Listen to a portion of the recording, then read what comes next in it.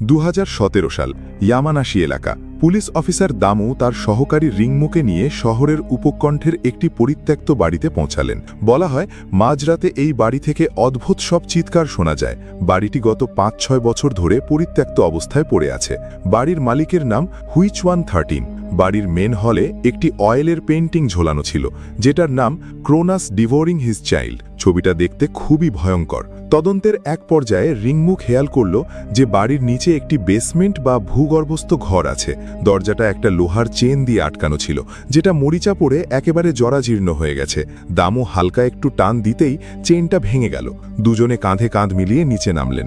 ভেতরে ঢুকতেই এক অসহ্য পচা গন্ধ তাদের নাকে এসে লাগলো। ফ্ল্যাশলাইটের আলো দিয়ে তারা দেয়াল আর মেঝেতে তন্ন তন্ন করে খুঁজছিলেন। হঠাৎ রিংমু মেঝেতে পড়ে গিয়ে চিৎকার করে উঠল। দামু পেছনে ফিরে যা দেখলেন তাতে একজন অভিজ্ঞ পুলিশ অফিসার হয়েও তার পিঠ বেয়ে ঠান্ডা স্রোত বয়ে গেল। ইয়ামানাশি পুলিশের সদর দপ্তরে তোলপাড় শুরু হয়ে গেল। হুইচওয়ান 13-এর বাড়ির বেসমেন্ট থেকে 13টি মানুষের কঙ্কাল উদ্ধার করা হয়েছে। হাড়গুলো পরীক্ষা করে দেখা গেল সেগুলো সব 18 বছরের কম বয়সী শিশুদের। ফরেনসিক বিভাগ দরজায় নখ দিয়ে আঁচড়ানোর দাগ পেয়েছে। ঘটনাস্থলে খাবারের কোনো অবশিষ্ট ছিল না। তার মানে এই শিশুদের ওই বেসমেন্টে আটকে রেখে না খাইয়ে তিলে তিলে মারা হয়েছে। ক্রাইম ইনভেস্টিগেশন টিমের প্রধান ওয়েই কথা শুরু করলেন। হুইচওয়ান 13 বয়স্ক মানুষটির আপন বলতে কেউ নেই, আর সে নিজেও গত 5-6 বছর ধরে গায়েব। ঠিক সেই সময় পুলিশ স্টেশনের নিচে লিয়েনহোয়া নামের এক তরুণী রিপোর্ট করতে এলো। এসেই সে সরাসরি বলল সে হুইচওয়ান 13-এর মেয়ে। তাকে জিজ্ঞাসাবাদের দায়িত্বে ছিলেন দামু। তিনি তো অবাক, কারণ একটু আগেই টিমের প্রধান বললেন হুইচওয়ানের কোনো আত্মীয় নেই। তাহলে হঠাৎ করে এই মেয়েটা কোথা থেকে এলো? লিয়েনহোয়ার গলার স্বর খুব শান্ত ছিল। সে জানালো হুইচওয়ানের সাথে তার রক্তের কোনো সম্পর্ক নেই। দামুর কৌতূহল আরও বেড়ে গেল। তাহলে তুমি তাকে বাবা বলে কেন ডাকো? 16 বছর আগে লিয়েনহোয়াকে তার মা ফেলে চলে যায়।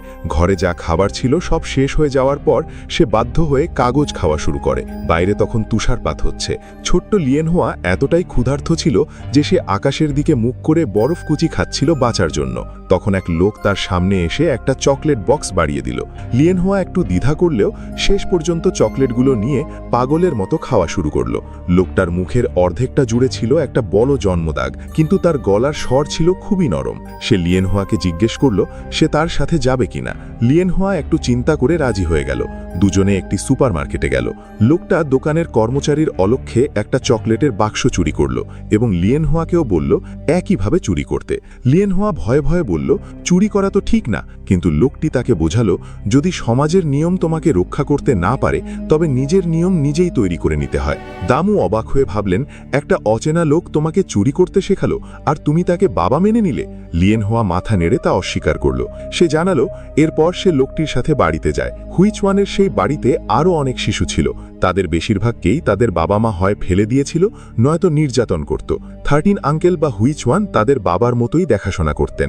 দামু বুঝতে পারলেন এটা তো অপহরণ। লিয়েনহোয়া সাথে সাথে প্রতিবাদ করে বলল ওটা অপহরণ না, ওটা ছিল আশ্রয় বা লালন পালন।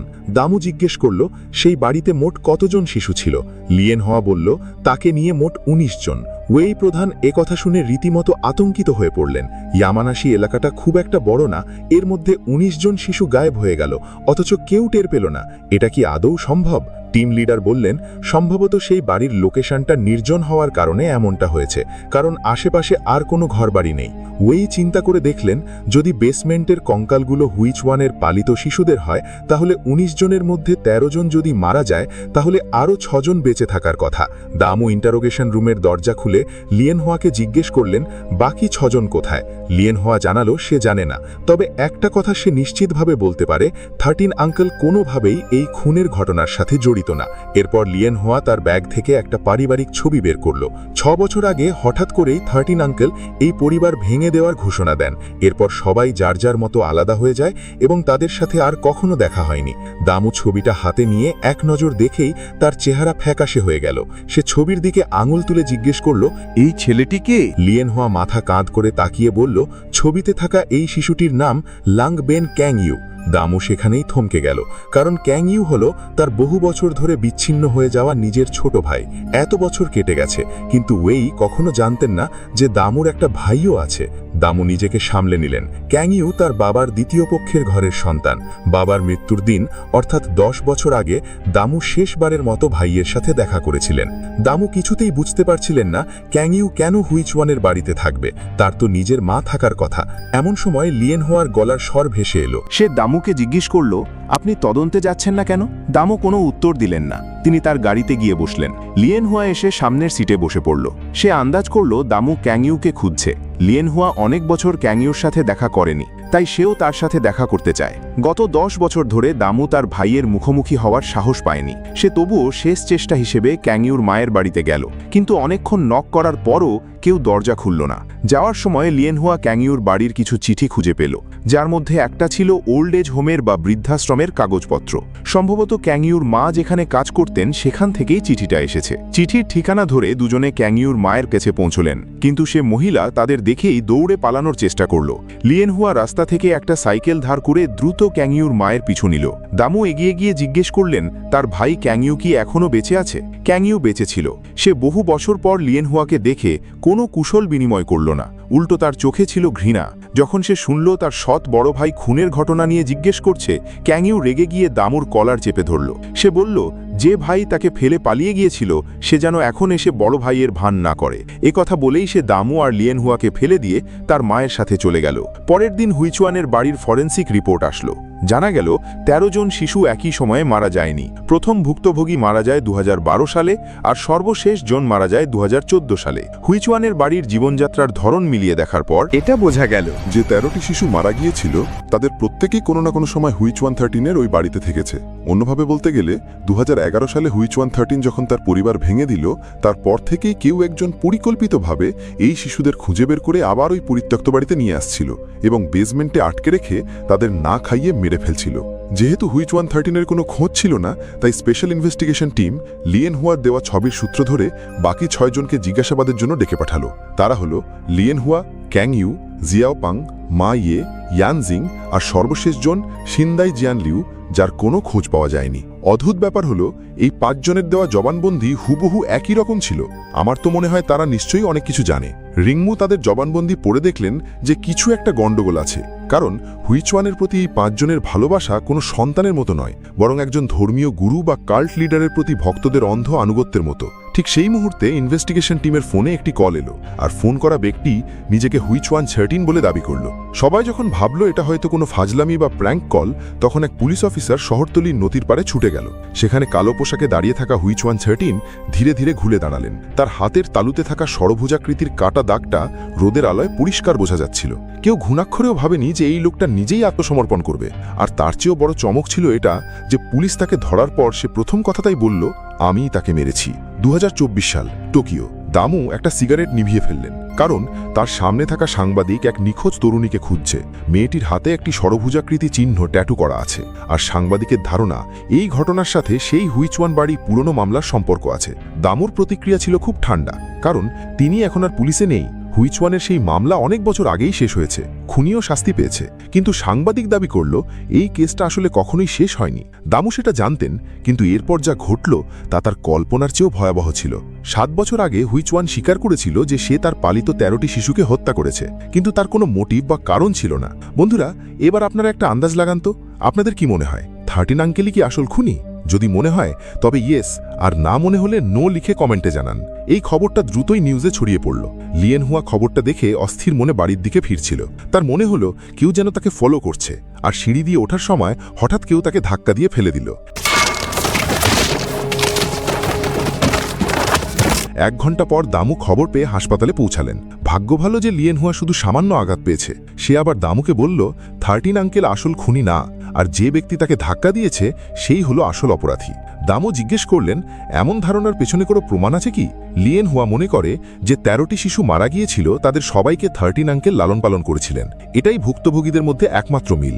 এখন খুনি লিয়েন হুয়ার দিকে লক্ষ্য স্থির করেছে, কারণ তার উদ্দেশ্য পরিষ্কার, সে 13 আঙ্কেলের লালন পালন করা প্রতিটি শিশুকে মেরে ফেলতে চায়। দামু একথা শুনে আঁতকে উঠলেন। লিয়েন হুয়া তাকে মনে করিয়ে দিল তার ছোট ভাই ক্যাংইউ তো সেই বেঁচে যাওয়া শিশুদের তালিকায় আছে। তার একটা প্রবল ধারণা হলো বাকি 6 জনকেও হয়তো এভাবে মারা হবে। দামু সারা রাত জেগে চিন্তা করলেন। তিনি ওই অপরাধের জায়গায় যে ষড়ভুজাকৃতি চিহ্নটি দেখেছিলেন সেটি যদি কেবল সেই বাড়িতে থাকা শিশুরাই জানত, তবে লিয়েন হুয়া কথার মাঝেই বলে উঠল, তাহলে খুনি ওই 6 জনের মধ্যেই কেউ একজন। দামুর চিন্তাও অনেকটা তেমনই। তার মনে হচ্ছে হুইচওয়ান 13 অপরাধ স্বীকার করার একটাই কারণ হতে পারে, আর সেটা হলো সে তার পালিত সন্তানদের রক্ষা করার জন্য নিজে দোষটা নিজের কাঁধে নিয়েছে। লিয়েন হুয়া কিছুক্ষণ চুপ থেকে জিজ্ঞেস করল, এটা কি তোমার ভাই ক্যাংইউ করেছে? দামু কোনো উত্তর দিলেন না। তিনি এলিমিনেশন মেথড বা বাদ দিয়ে খুনিকে খোঁজার সিদ্ধান্ত নিলেন। তাই রিংমুর সাহায্য নিয়ে বাকি 5 জনের তথ্য জোগাড় করলেন। ইয়ানজিং একটা ধনী পরিবারে বড় হয়েছে, কিন্তু পারিবারিক নির্যাতনের কারণে বাড়ি থেকে পালিয়ে এসেছিল। দামু সরাসরি ইয়ানজিংকে জিজ্ঞেস করলেন, 12 জুলাই রাত 9টার সময় তুমি কোথায় ছিলে? এটাই সেই সময় যখন লিয়েন হুয়াকে ধাক্কা দিয়ে ফেলে দেওয়া হয়েছিল। ইয়ানজিং কিছুটা মনে করে বলল, সেদিন সেই স্কুলের লাইব্রেরিতে পড়তে গিয়েছিল, যেখানে সিসিটিভি ফুটেজ আর লাইব্রেরিতে প্রবেশের রেকর্ড দুটোই চেক করা যাবে। দ্বিতীয়জন মা ইয়ে। ছোটবেলায় বাবা মাকে হারিয়ে সে এক চাচার কাছে বড় হয়, কিন্তু সেই চাচা গ্রেপ্তার হওয়ার পর সে একা হয়ে যায় এবং শেষ পর্যন্ত হুইচওয়ান তাকে দত্তক নেয়। 13 আঙ্কেল পরিবার ভেঙে দেওয়ার পর মা ইয়ে একজন ট্যাটু আর্টিস্ট হয়ে যায়। লিয়েন হুয়ার ঘটনার সময় সে দোকানে ডিউটি করছিল। দামু দেখলেন মেয়েটির পিঠে সেই ষড়ভুজাকৃতি ট্যাটু করা আছে। মা ইয়ে জানালো সে হুইচওয়ানের বাড়ি থেকে আসার পর এটা করিয়েছে এবং এই চিহ্নটি তাদের কাছে পরিবারের প্রতীক। ট্যাটু শপের মালিক মা ইয়ের পক্ষে সাক্ষ্য দিলেন যে সে সেদিন দোকানেই ছিল। এরপর দামু গেলেন জিয়াওপাংয়ের ফ্যাক্টরিতে। সেখানে গিয়ে জানতে পারলেন 12 জুলাই রাতে জিয়াওপাং কোনো কারণ ছাড়াই ডিউটিতে অনুপস্থিত ছিল।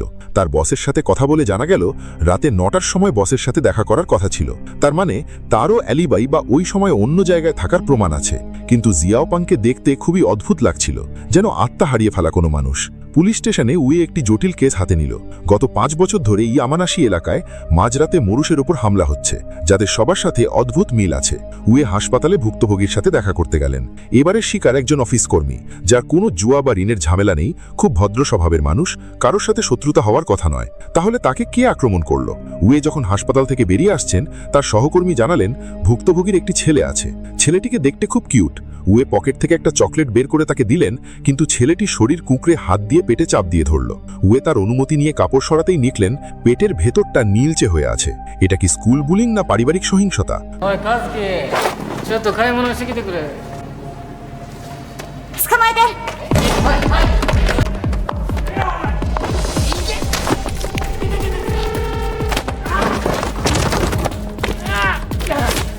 তদন্ত মাঝপথে থাকাকালীন দামু ক্যাংইউয়ের মায়ের কাছে গেলেন। গিয়ে জানলেন লিয়েন হুয়ার দুর্ঘটনার সময়টা ক্যাংইউ সারা রাত বাড়িতেই ছিল, বাইরে বের হয়নি। দামু লিয়েন হুয়াকে সব তদন্তের আপডেট দিলেন। সিন্দাই জিয়ানলিউ ছাড়া বাকি সবাইকে তিনি চেক করেছেন, তাই তার মনে হচ্ছে আসল খুনি অন্য কেউ। কিন্তু লিয়েন হুয়া মানতে নারাজ। তার মতে ক্যাংইউয়ের অ্যালিবাই বা ওই সময় বাড়িতে থাকার প্রমাণটা বিশ্বাসযোগ্য না, কারণ মা তো ছেলের জন্য মিথ্যে বলতেই পারে। লিয়েন হুয়া বলল ক্যাংইউয়ের মা প্রথম দিন থেকেই খুব সতর্ক ছিল, দেখা করতেই দৌড়ে পালিয়েছিল। তার মানে নিশ্চয়ই মনের ভেতর কোনো অপরাধ বোধ আছে। দামু পুলিশ স্টেশনে ফিরলেন। টিম লিডার ওয়েই তাকে জানালেন হাসপাতালে যে পুরুষদের ওপর হামলা ঘটছে তাদের মধ্যে একটা কমন বিষয় আছে, তারা প্রত্যেকেই অতীতে পারিবারিক সহিংসতার জন্য অভিযুক্ত ছিল। দামু এই কেসটা নিয়ে খুব একটা আগ্রহী হলেন না, কারণ এতে তো কেউ মারা যায়নি, তাহলে কেন এটা খুনের কেস বা মেজর ক্রাইম ইউনিটে আসবে? সিগারেটের অজুহাত দিয়ে তিনি সেখান থেকে বেরিয়ে গেলেন। ওয়েই এরপর বোর্ডের ছবিগুলো উল্টে দেখলেন। হুইচওয়ান বাড়ির কেস আর ইয়ামানাশি হামলার কেসের মধ্যে একটা অদ্ভুত মিল আছে। প্রথমটা লক্ষ্যবস্তু ছিল নির্যাতিত শিশুরা, আর দ্বিতীয়টায় লক্ষ্যবস্তু হলো নির্যাতনকারী বড়রা। দুটো কেসই 5 বছর আগে থেকে শুরু হয়েছে। এটা কি নিছক কাকতালীয় নাকি কোনো গভীর সম্পর্ক আছে? ক্যাংইউয়ের বাড়িতে ক্যাংইউয়ের মা কাঁচ ভাঙার শব্দ শুনতে পেলেন। তিনি দৌড়ে বাথরুমে গিয়ে দেখলেন ক্যাংইউ খালি হাতে কাঁচ ভেঙে ফেলেছে, আর তার মুষ্টিবদ্ধ হাত দিয়ে গল গল করে রক্ত পড়ছে। পুলিশ স্টেশনের ছাদে দাঁড়িয়ে দামু লিয়েন হুয়ার কথাগুলো ভাবছিলেন। ক্যাংইউয়ের অ্যালিবাই আসলেই নড়বড়ে। পরের দিন তিনি আবার ক্যাংইউয়ের মায়ের কাছে গেলেন। অনেক জেরা আর কৌশলের পর ক্যাংইউয়ের মা সত্যটা স্বীকার করলেন। লিয়েন হুয়ার দুর্ঘটনার রাতে ক্যাংইউ কাজে ছিল, সে আদৌ বাড়িতে ছিল কিনা সেটা তিনি জানেন না। দামু যখন সেখান থেকে বেরোচ্ছিলেন, হঠাৎ বাথরুমে ভাঙা কাঁচের টুকরোগুলো তার চোখে পড়ল। ক্যাংইউয়ের মা তার পাশে এসে দাঁড়িয়ে বললেন, আসলে তোমরা দুই ভাই তো একই রকম। ওই নরকিশাচ লোকটার প্রভাবে তোমাদের জীবনটা নষ্ট হয়ে গেছে। আমি সত্যিই অনেক লজ্জিত, আমি সত্যিই খুব দুঃখিত। পরিচিত। ছোটবেলার কথা মনে পড়ে গেল দামোর। তিনি সাথে সাথে লিয়েন হুয়াকে ফোন করলেন এবং তাকে ক্যাংইউয়ের আশেপাশে না যাবার সতর্ক করে দিলেন, কারণ তার মনে হচ্ছে হুইচওয়ান বাড়ির আসল খুনি তার নিজের ভাই ক্যাংইউই হতে পারে। সময় তখন 12ই মে রাত। লিয়েন হুয়া ফোনটা কেটে দিল। তার ভয় ছিল দামু হয়তো ভাইয়ের অপরাধ ঢাকার চেষ্টা করছে, তাই সে নিজেই ক্যাংইউকে ফলো করতে লাগলো। একটা গলি পার হওয়ার পর ক্যাংইউকে আর দেখা গেল না। লিয়েন হুয়া খেয়াল করল সে আসলে দামু পুলিশ স্টেশনের সামনে এসে পড়েছে। একটু দূরেই মুখ ভর্তি দাগওয়ালা এক রহস্যময় লোকেকে দেখা গেল, যার হাতে লিয়েন হুয়ার মতো হুবহু একটা ষড়ভুজাকৃতির লকেট ছিল। এই লোকটাও কি হুইচওয়ানে সেই বাড়িতে থেকেছে? পরের দিন সকালে পুরো পুলিশ স্টেশনে হুলুস্থল কাণ্ড। গতরাত 12টার দিকে হুইচওয়ান 13 তার বন্দিশালায় মারা যান। ঘটনাস্থলে কোনো ধস্তাধস্তির চিহ্ন নেই। গলায় চাপের দাগ খুব স্পষ্ট। প্রাথমিক রিপোর্টে এটাকে আত্মহত্যাই বলে ধরে নেওয়া হলো। এই ঘটনা দামুর সন্দেহকে আরও জোরালো করল। হয়তো হুইচওয়ান তার পালিত শিশুদের মধ্যে কাউকে আড়াল করার জন্যই এতদিন সব দোষ নিজের কাঁধে নিয়ে রেখেছিল। এখন খুনি আবার সেই 6 জন বেঁচে থাকা মানুষের মধ্যেই সীমাবদ্ধ। এই খবর শুনে লিয়েন হুয়া বলল সে কাল রাতে ক্যাংইউকে ফলো করেছিল, কিন্তু স্টেশনের কাছে এসে তাকে হারিয়ে ফেলে। তার সন্দেহ 13 আঙ্কেল নিজে আত্মহত্যা করেনি, তাকে কেউ মেরে ফেলেছে। লিয়েন হুয়ার কথার পিছনের ইঙ্গিতটা দামও বুঝতে পারলেন। তিনি জানালেন যে তিনি সিসিটিভি ফুটেজ চেক করবেন, আর এদিকে ওয়েইয়ের নজরও এখন ক্যাংইউয়ের দিকে। এই শিশুটি শৈশবে বাবার হাতে চরম নির্যাতনের শিকার হয়েছিল। এরপর যখন তারা একটু ভালো একটা বাড়ি খুঁজে পেল, তখন কয়েকদিন শান্তিতে কাটতে না কাটতেই হুইচওয়ান সেই যৌথ পরিবার ভেঙে দিল। সম্ভবত কোনো একজন শিশুর আচরণের কারণেই হুইচওয়ান এমন সিদ্ধান্ত নিয়েছিল। ক্যাংইউ সেই বাড়িটাকে খুব ভালোবাসত এবং যারাই পরিবারে ঝামেলা পাকাতো তাদের সে ভীষণ ঘৃণা করত। তাই হয়তো রাগের মাথায় সেই খুনের পথ বেছে নিয়েছে। রিংমু টিম লিডারকে সতর্ক করে বললেন যে কোনো প্রমাণ ছাড়া কাউকে দোষী সাব্যস্ত করা ঠিক হবে না। তবে তার ব্যক্তিগতভাবে মনে হচ্ছে ক্যাংইউই সেই ইয়ামানাশি হামলার আসল খুনি। সে খোঁজ নিয়ে দেখেছে ক্যাংইউর হাতটা সম্প্রতি জখম হয়েছে, যা মারামারি করার কারণেই হতে পারে। এদিকে দামু লিয়েন হুয়ার দুর্ঘটনার জায়গায় গেলেন। আশেপাশের বাসিন্দাদের জিজ্ঞেস করতে গিয়ে এক ট্যাক্সি ড্রাইভার তাকে জানালো সেদিন রাত 9টার দিকে সিঁড়িতে মুখ ভর্তি দাগওয়ালা এক ভয়ঙ্কর দেখতে লোক দাঁড়িয়েছিল। দামু অনেক দ্বিধা নিয়ে পুলিশ স্টেশনে ফিরলেন। রিংমু তার কাছে এসে জানালো গতরাতে স্টেশনের সমস্ত সিসিটিভি ফুটেজ ডিলিট করে দেওয়া হয়েছে। তার সন্দেহ স্টেশনের ভেতরেই কেউ বিশ্বাসঘাতক আছে। দামু এসব শুনে খুব চিন্তিত হয়ে পড়লেন। রিংমু আরও বলল পেছনের গেটের সিসিটিভি ক্যামেরায় একজনকে দেখা গেছে যে অনেকক্ষণ ধরে দাঁড়িয়েছিল। তাকে বেশ সন্দেহজনক মনে হচ্ছে। গভীর রাতে লিয়েন হুয়া সহ 5 জন সদস্য হুইচওয়ানের বাড়ির সামনে জড়ো হলো। তারা 13 আঙ্কেলকে শ্রদ্ধা জানাতে সেখানে এসেছে। মা ইয়ে ডুকরে কেঁদে উঠল। 13 আঙ্কেলের আত্মহত্যার খবর শোনার পর সে যেন আর চোখের জল ধরে রাখতে পারছিল না। লিয়েন হুয়া তাকে সান্ত্বনা দিয়ে বলল 13 আঙ্কেল ভয়ে আত্মহত্যা করেননি। পাশ থেকে ক্যাংইউ প্রশ্ন করল তাহলে খুনি কে? ইয়ানজিং হঠাৎ হারিয়ে যাওয়া শিনদাই জিয়ানলিউয়ের কথা তুলল। সেই লোকটা কি সবাইকে ঘৃণা করত না? ইয়ানজিংয়ের কথা শেষ হতে না হতেই জিয়াওপাং বলে উঠল বড় ভাই জিয়ানলিউ কখনোই খুনি হতে পারে না। লিয়েন হুয়ার মুখের দিকে একবার লক্ষ্য করুন। এই ভাবভঙ্গিটা কিসের ইঙ্গিত দেয়? বন্ধুরা, আপনারা আরেকবার অনুমান করুন তো, খুনি কি এই 5 জনের মধ্যেই আছে? কমেন্টে আপনাদের মতামত জানান। পরদিন দামু রিংমুর দেওয়া সিসিটিভি ফুটেজগুলো দেখছিলেন। স্ক্রিনে মুখ ভর্তি পোড়া দাগওয়ালা এক লোককে দেখা গেল। দামু তীক্ষ্ণ দৃষ্টিতে খেয়াল করলেন তার গলায় সেই ষড়ভুজাকৃতির লকেটটি আছে। লোকটা কি সেই ড্রাইভারের দেখা রহস্যময় মানুষটি? সে কি তবে সেই হারিয়ে যাওয়া শিনদাই জিয়ানলিউ? এমন সময় ওয়েইয়ের কণ্ঠ শোনা গেল। দামু উঠে দাঁড়িয়ে নিজের সন্দেহের কথা তাকে জানালেন, কিন্তু ওয়েই তাকে বাইরে আসার ইশারা করলেন। দুজনে ছাদে গিয়ে দাঁড়ালেন। ওয়েই ইয়ামানাশি হামলার প্রসঙ্গ তুললেন। তিনি বের করেছেন যে দামুর ভাই ক্যাংইউ 7 বছর বয়সে বাবার হাতে নির্যাতনের শিকার হয়েছিল, আর সেই একই বছরে দামুকে তার নানা এসে নিয়ে গিয়েছিলেন।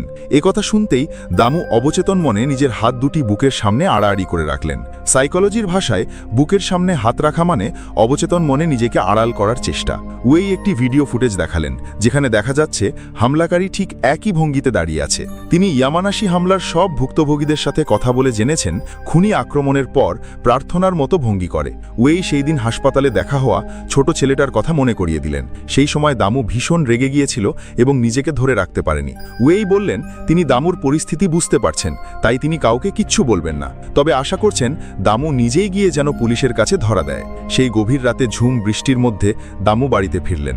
দূর থেকে দেখলেন লিয়েন হুয়া নিচে দাঁড়িয়ে আছে। এত বছর পেরিয়ে গেলেও দামুর পিঠের সেই পুরনো দাগগুলো এখনও স্পষ্ট। তিনি লিয়েন হুয়াকে তার শৈশবের অভিজ্ঞতার কথা শোনালেন।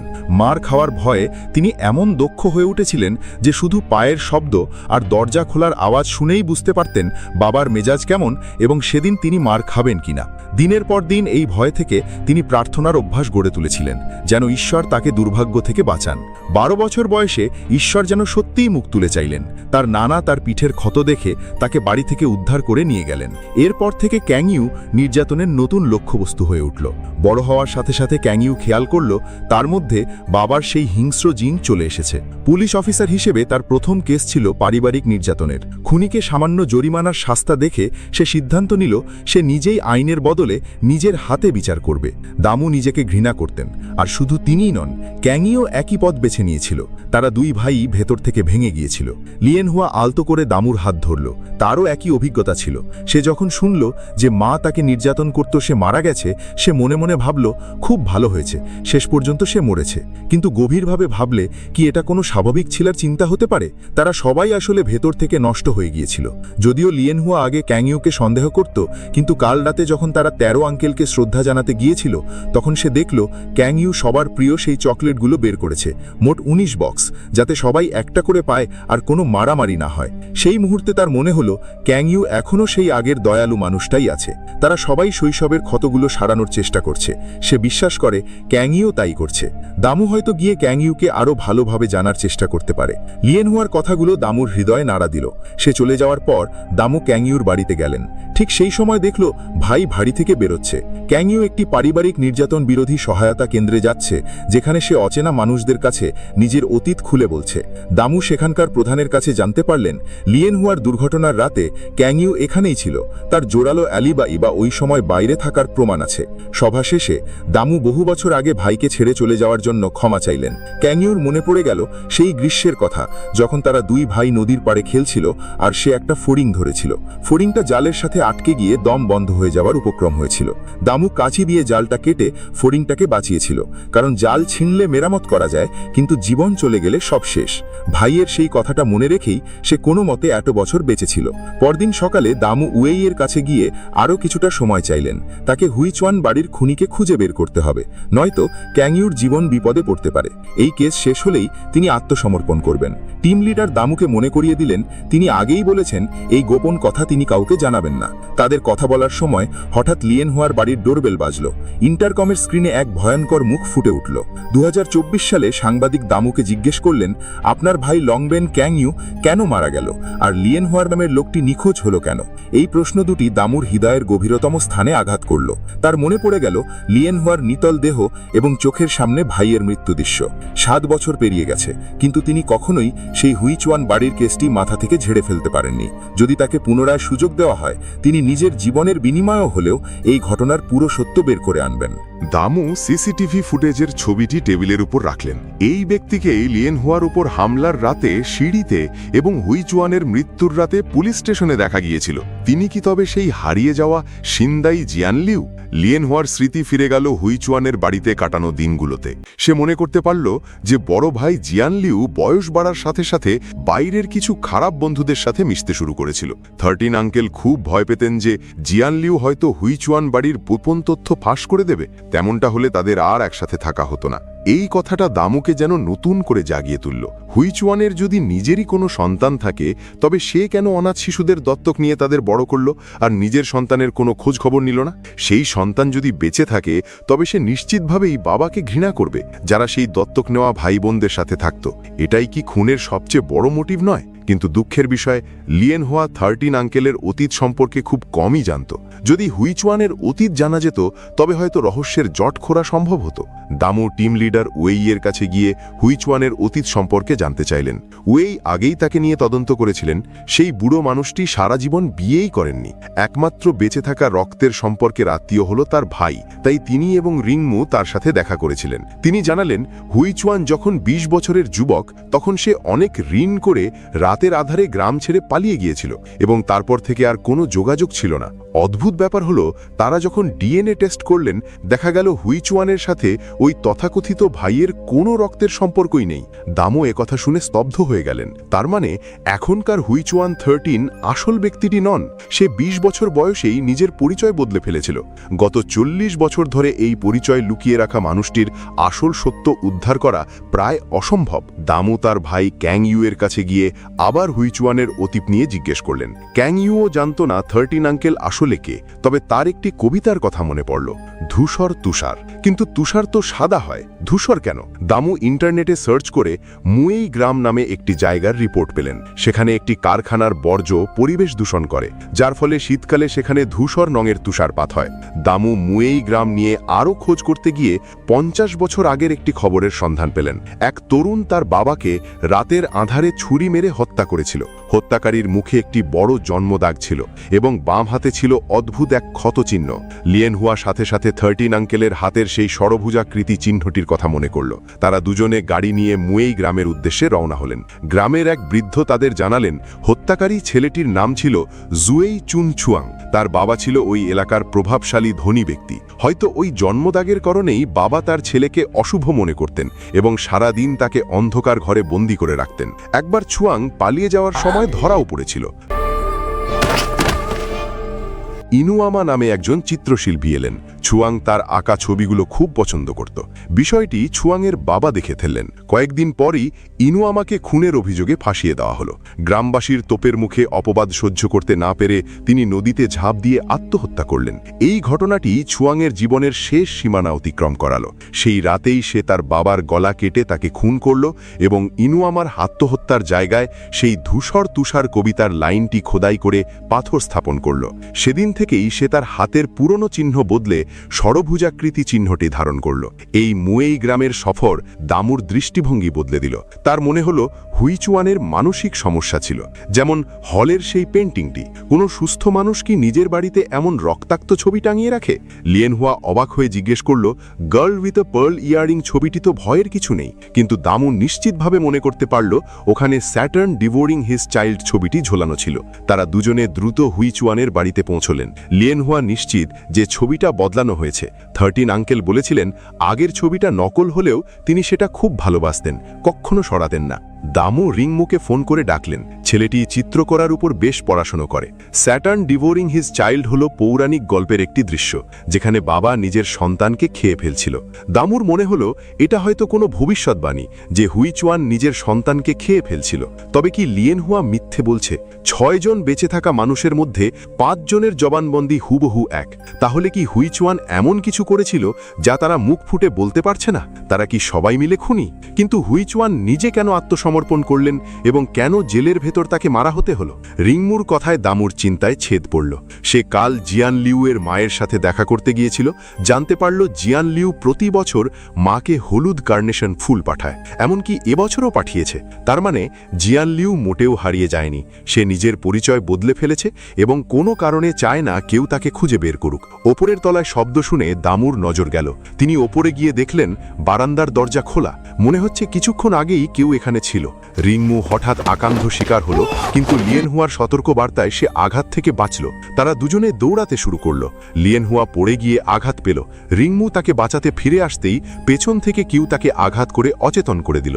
ঠিক সেই মুহূর্তে দামু রহস্যময় ব্যক্তিটির মুখোমুখি হলেন। তাকে উল্টে দেখেই অবাক, এ তো 8 ফেজ ম্যান। দামু রেগে ফেটে পড়ে জিজ্ঞেস করলেন, তুই আসলে কে? 8 ফেজ ম্যানটি মেঝেতে পড়ে থাকা রিংমুর পিস্তলটি তুলে দামুর দিকে তাক করল।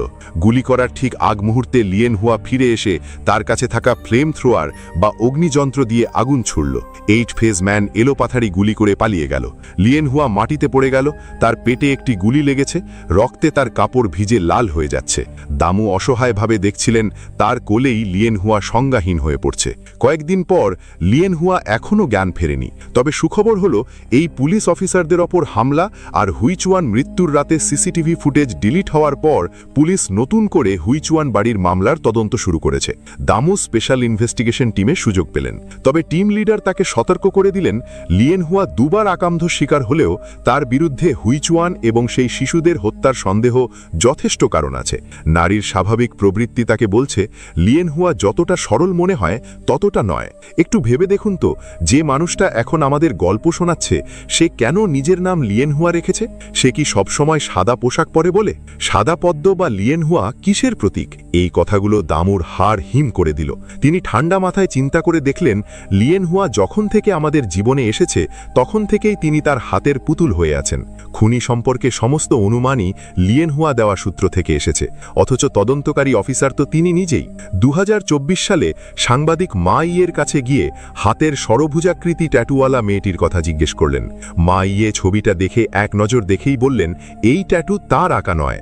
সাংবাদিক যখন হুইচুয়ান মামলার বাকি 5 জনের যোগাযোগের নম্বর চাইছিলেন, মা ইয়ে অবচেতনভাবে বিড়বিড় করে বললেন 5 জন? সাংবাদিক কৌতূহলী হয়ে জিজ্ঞেস করলেন তোমার ছাড়া কি 5 জন নয়?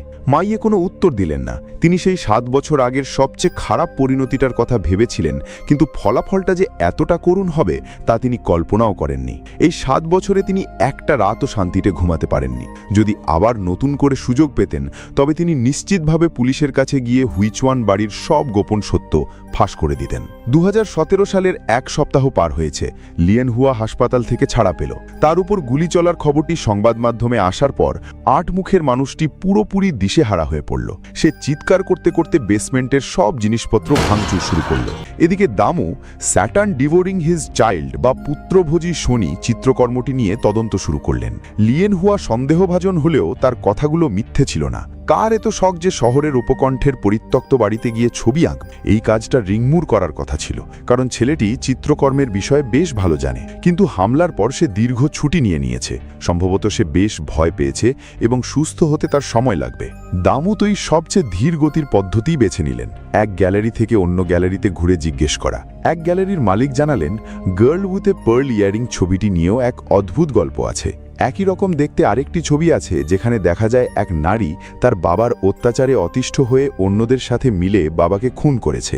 ছবিতে তার মাথায় কাপড় বা হেডস্কার্ফ পরার কারণ হলো মাথা কাটার সময় যেন চুলে বাধা না পায়। শিল্পবোদ্ধারা প্রায় বলেন এই দুটি ছবি আসলে একই নারীকে নিয়ে আঁকা। মালিকের এই কথা শুনে দামুর কলিজা যেন ধক করে উঠল।